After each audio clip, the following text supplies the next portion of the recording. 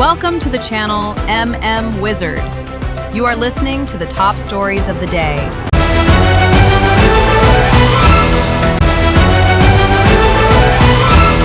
Kotugi total shutdown handokibadagi NPO gi counter blockade su handokri. Kotuna National Highway number 2 amasung kuntra tareta hokiba hindagi kaukiba pung kun marigi total shutdown ngasi nungtin pung anirom tabadagi handokri. Kotugi kongjin adu handokiba galoinana akan section warol galoinana NPO na kudak kaukiba counter blockade su handokri. Kotugi information and publicity na torok chirol matung inna Kangpopi district ki manung chanba ke songlu part 2 da ZUF group na tha asigi kuntar chataki ba thawong adu mari leinana government na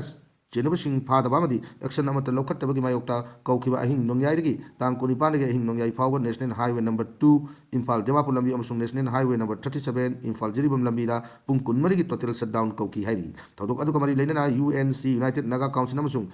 Kim Kuki Inpi Manipur Anigi, Mute Singangarang Kakpopi, the Mipama Pangtok to na joint declaration Ama Tokiba Adugi Matanga, Committee Asina. Stakeholders in Yaw Kup Nakanaki, Vipamaduda tribal apex body Anina, Loki Bawarep Adubu Ikai Kumnabalona, community and Igimarta Lady Mari Kai Handanaba Warep Slokai. NPF na Makata na BJP ke Chatminadana, Manipur BJP ki Anovalanga Kamalakani Hibiki Tazabatamli, MLA Losi Diko. Ing Tapa Hanjil Handuna, Puruk Masel Mayuka Nungsi Chanaba Purak Laba Matamdata, Iran, Asigi Warwishing Purak Pangani. NPF na Makata na BJP ga Chatminadana, Manipur BJP Anovalanga Kamalakani Hibiki Tazabatamli Haina, Mau Ashigi MLA Losi Diko na Fongdokre.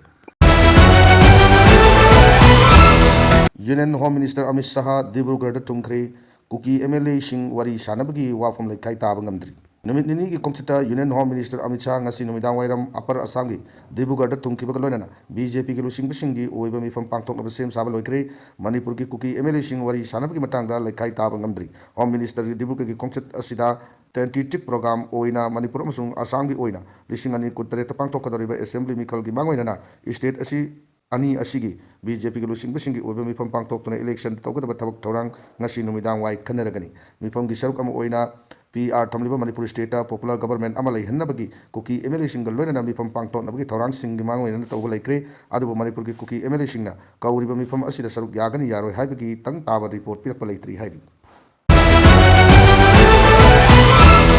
Aeroplane Kaibada, Maharashtra ki Deputy CM Ajit Pawar Lekidri. Maharashtra ki Deputy Chief Minister Ajit Pawar mi mari galonena makoina tonglakpa aeroplane